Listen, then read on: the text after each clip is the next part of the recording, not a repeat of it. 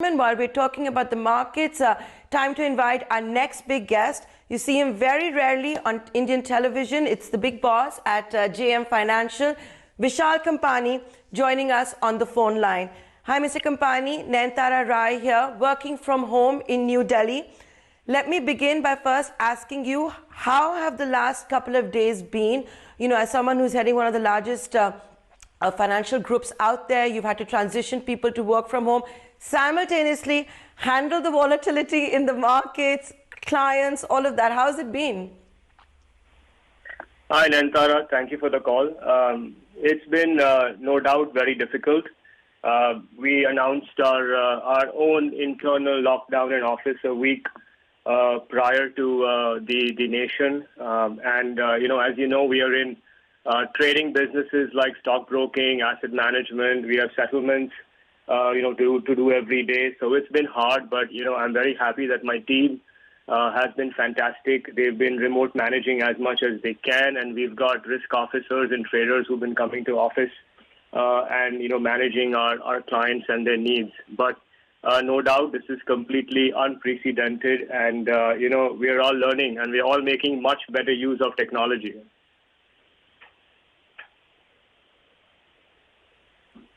Yes, I think we're all learning how to be more productive, work at home. I don't know if this is certainly going to be the new normal post-coronavirus. But having said that, Vishal Kampani, I've got you today also to ask you about the recent steps that we've seen when it comes to monetary policy as well as the fiscal steps. Let's begin with the Reserve Bank of India. On Friday, what the governor has done with the rate cut, how some of the private lending institutions have responded, NBFCs. We've not seen any transmission by most of them as yet. So I want to first begin by asking you, is that just a matter of time?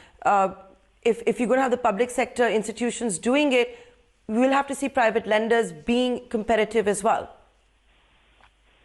That's a good question. So let me first start by saying that I'm very happy and I'm glad that RBI has taken the steps that they did last week.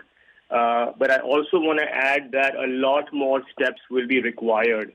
As I said earlier, the crisis we are dealing with is unprecedented. None of us know what the ramification and impact of this can be. It would take more than a genius to figure out how to even project demand over the next 3 to 6 months. Forget about, figuring out what profitability may be.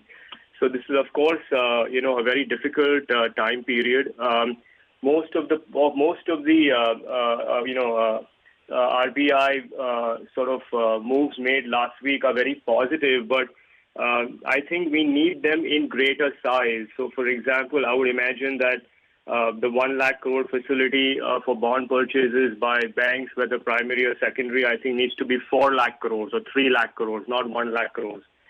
We are anyway, as an economy, seriously kind of plagued by IL&FS as well as, what happened in the NBFC sector over the last 18 months. And now with, there were signs in January and February of the market recovering as well as the NBFC sector recovering and the economy recovering. And with this coronavirus, this has put us back by almost 2-3 years in my view, and it's not going to be an easy recovery over the next 6 months. So we will need not only a serious amount of liquidity infusion, but as you rightly put it, we need a serious amount of liquidity transmission. And we need that transmission going down all the way to BBB rated companies, not just, AAA rated companies. And that, I think, is extremely, extremely critical. And I'm hopeful. I think, RBI was brilliant last week, and I'm sure they will continue to do what is needed from a debt capital market perspective as well as from a banking perspective. So Vishal Kampani, let me ask you this very question. We saw some heavy ammunition. I think what a lot of experts have been saying is that you need a bazooka. You need the unimaginable to be able to do this. So if you could, make suggestions to the policymakers, what would they be? You've given a fantastic one right now about how the bond purchase program, for example, doesn't need to be 1 lakh crores. It needs to be 3 lakh crores, 4 lakh crores. You need transmission coming down to the BBB rated companies. What would your specific suggestions be? Yeah, so I'd like to make one important suggestion. I think if you see globally, most liquidity crises eventually, if not handled well, will lead to solvency crisis. And you will, if this continues and the lockdown continues over a longer period of time, there is no doubt in my mind that this can impact a lot of companies from their daily functioning and actually take companies under. And it's very important that RBI as well as our government does not allow this current liquidity crisis to become a solvency crisis, especially when the economy was not on a very, very strong footing to begin with. My one big suggestion would be that the government needs to create a fund, and not necessarily a market stabilization fund. Frankly, secondary markets and where equity markets trade is secondary. If companies are not being able to exist, there is no question of the secondary markets performing well.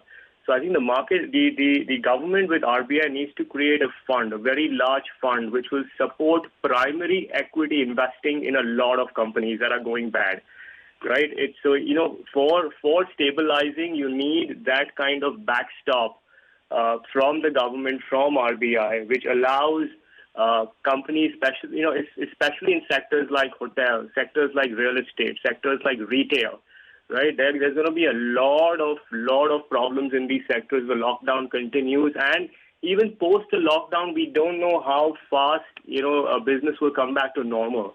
So I think the government has to think now. RBI has to think now and come up with steps. Maybe create a very large, 50 to $60 billion equity stabilization fund, right, which allows primary equity to go into companies and support them at the time of their need. Another idea could be in the financial services sector is you create a priority line of capital that goes into NBFCs. So if NBFCs need priority capital, you look at their leverage ratios and take, for example, there is X NBFC who's rated A or rated A minus or triple B, and they're not going to get funding from the markets, right? You give them priority capital as RBI, right? And you support them through this crisis over the next 6 months to 1 year. So there needs to be a lot of innovation, and innovation with large numbers, right? I don't think 5, 10, 15, 20,000 crores are going to make any difference with an economy of this size and the problem that we may be dealing with.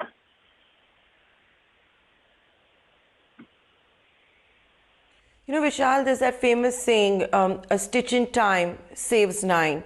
They also say better late than never. So far, you've seen some policy measures from the RBI and from the government is being primarily for the bottom of the pyramid.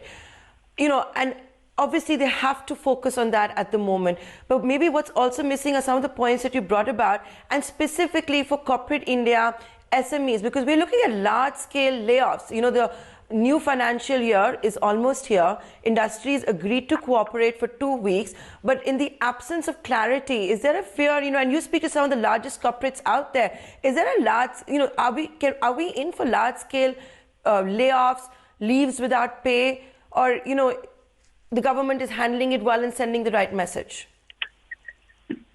Yes, I think most of corporate India, will deal with these situations with a high amount of empathy. I don't think people are going to be in a rush deciding on layoffs and, in such a bad time, letting go of employees. I think, Nantara, if you look at any business, right, it's got 5 essential payments to make. You pay your employees' salaries.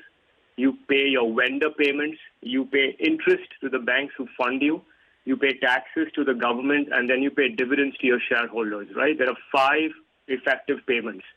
Currently, no company that I talk to is bothered about, paying dividends, obviously.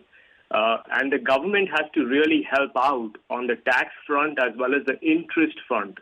So the government and RBI help on the interest as well as the tax front. I think the vendors as well as the employees will be taken care of, right? So that's the broad way of thinking about this problem. And I think most companies I talk to are going to review it on a monthly basis. No one is, acting on a knee-jerk basis. Yes, you may see some salary cuts in terms of levels of salaries being cut, but I don't think people are going to rush into layoffs. I think there is a lot of empathy in corporate India. People understand this is not a self-caused problem. This is a problem which is a kind of it's a natural problem. It's come from nature, and I don't think people will step in and take harsh decisions. But having said that, if we are not prepared, and as you rightly said, right, better late than never. If we are not prepared, then this will result into these problems couple of months down the line. And that is exactly what the government and RBI need to be, and all the other regulators, including SEBI, need to be watchful for. I think there needs to be a think tank, which is not just the FM's think tank. There needs to be a think tank, which is the FM's think tank, including many other private sector people, including people from RBI, SEBI, which needs, it needs to broadly think about how we come out as winners after this crisis here. So I think a lot of steps will need to be taken. I can't even fathom or tell you how many, but we need to have many steps over the next few weeks.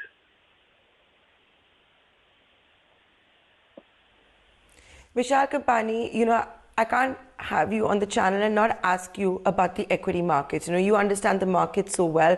You're a large market participant.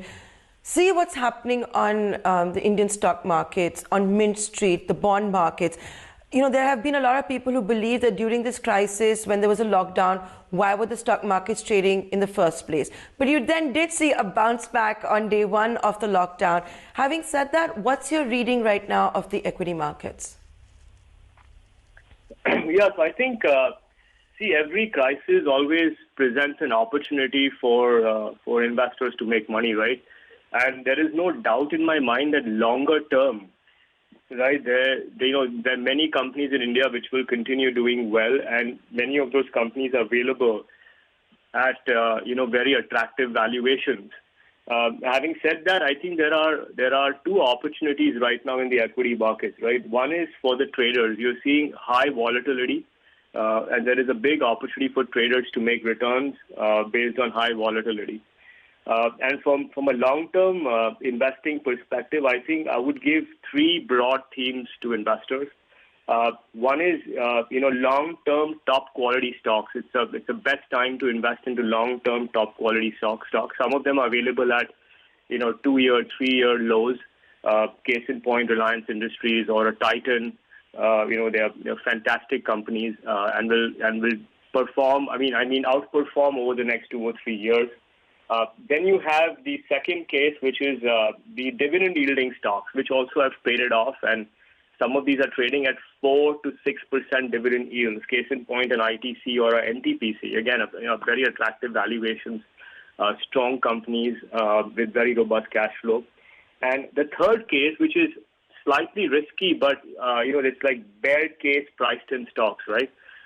Something like IndusInd Bank, which is trading below book, and Indigo Airlines, obviously, which is at a very attractive valuations. But they're pricing in really a bad bear scenario. And, a small amount of allocation even to these names would make a lot of sense. So if I had a 100 rupee portfolio, I'd probably put 50 rupees in the first bucket, which is long-term, the top quality stocks. I'd put 25% into the dividend yielding stocks and 25% into bear case priced in stocks.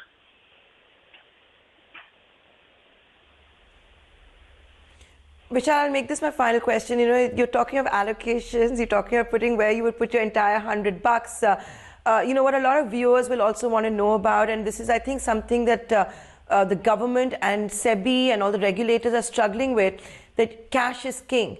Everybody just wants to hoard their cash right now. They don't want to spend. They're pulling their money out. It's not just about what we're doing daily, but from our portfolio allocations as well. So from what you're saying, that's not the right strategy. No, I'm not saying that. I'm saying it's always good to hold a certain amount of cash. So I'm talking about, our view is that you should always have a well-diversified portfolio. The 100 rupees is the equity allocation of your of your portfolio, right? So would I increase the allocation to equity in my portfolio? Yes, I would definitely do that, but I would not do that on a knee-jerk basis. I would do that gradually and slowly over the next 2 or 3 months, looking at valuations. But yes, you're right. You have to keep some cash. You have to have some amount of cash in say fixed income as well as gold. So you have to have a well-diversified portfolio. But yes, the markets today are giving attractive valuations for many companies. So overall, if I was 35%, for example, invested in equities, I would probably up that by another 10% today.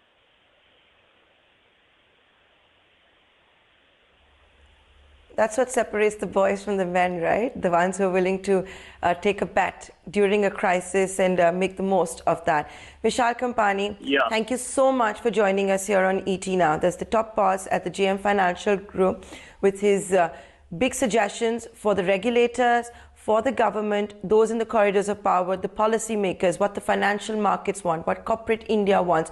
And of course, for all of you tuning in, doesn't get bigger than this. Vishal Kampani himself with his take on the equity markets.